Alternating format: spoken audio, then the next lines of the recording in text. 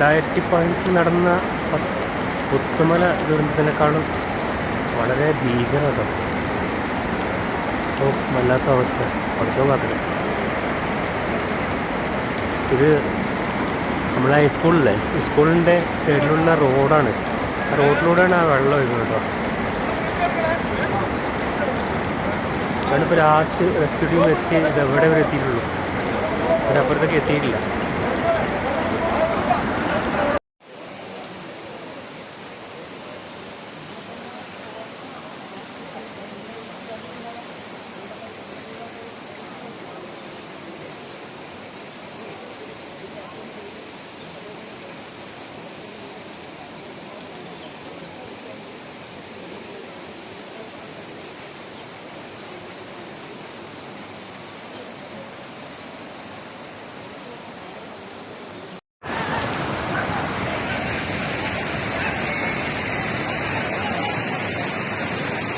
ഇതാണ് ഉരുൾപൊട്ടി വന്ന വഴിയാണത്.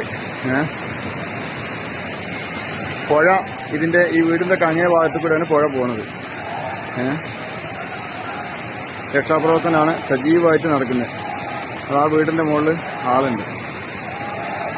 അതാ ആ വീടിൻ്റെ മുകളിൽ ഉള്ള ആളുകളെ രക്ഷപ്പെടുത്താൻ വേണ്ടിയിട്ട് തെങ്ങ് വലിച്ച് പാലം പോലെ ഇട്ടിട്ട് ആളുകളെ രക്ഷപ്പെടുത്താനുള്ള ശ്രമം നടത്തുന്നു.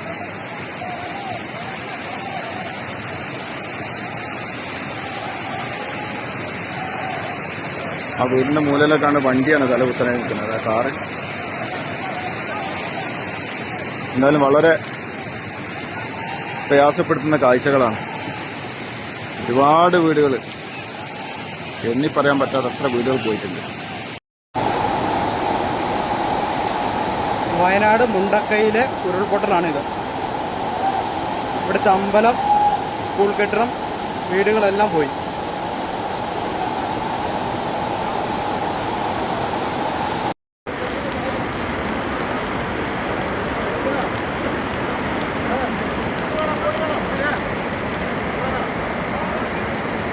നമ്മൾ 2015 നടന്ന പുത്തുമല ദുരന്തത്തിനേക്കാളും വളരെ ഭീകരത.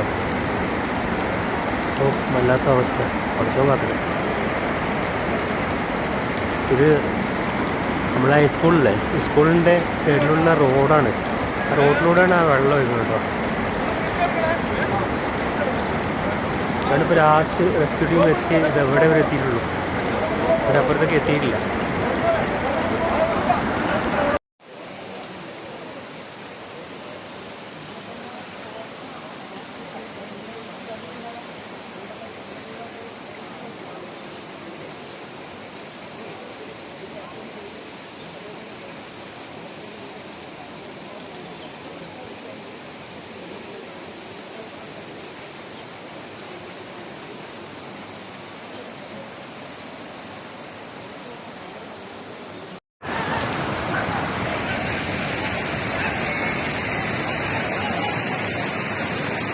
ഇതാണ് ഉരുൾപൊട്ടി വന്ന വഴിയാണത്. പുഴ ഇതിൻ്റെ ഈ വീടിൻ്റെ അങ്ങേ ഭാഗത്ത് കൂടെയാണ് പുഴ പോകുന്നത്. രക്ഷാപ്രവർത്തനമാണ് സജീവമായിട്ട് നടക്കുന്നത്. അത് ആ വീടിൻ്റെ മുകളിൽ ആളുണ്ട്. അതാ ആ വീടിൻ്റെ മുകളിൽ ഉള്ള ആളുകളെ രക്ഷപ്പെടുത്താൻ വേണ്ടിയിട്ട് തെങ്ങ് വലിച്ച് പാലം പോലെ ഇട്ടിട്ട് ആളുകളെ രക്ഷപ്പെടുത്താനുള്ള ശ്രമം നടത്തുന്നു.